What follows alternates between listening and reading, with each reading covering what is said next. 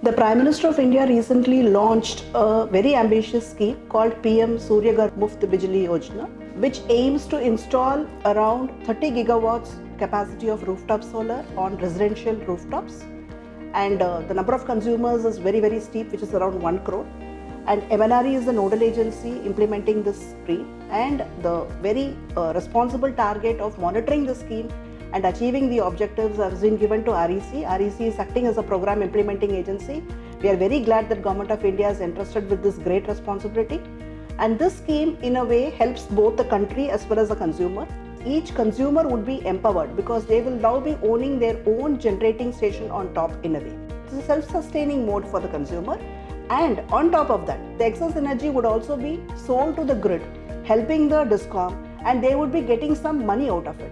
The subsidy by the Government of India is very high.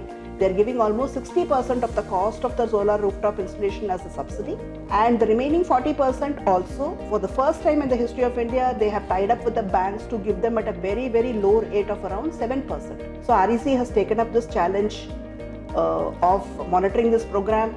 REC has a major role in, because the stakeholders involved are multiple here. The DISCOMs, the consumers, the vendors, and the CPSEs are also roped in, and of course the Government of India, Ministry of Power, MNRE. So REC would be coordinating with all these people and helping the government in achieving this target of 1 crore rooftops within a very short time.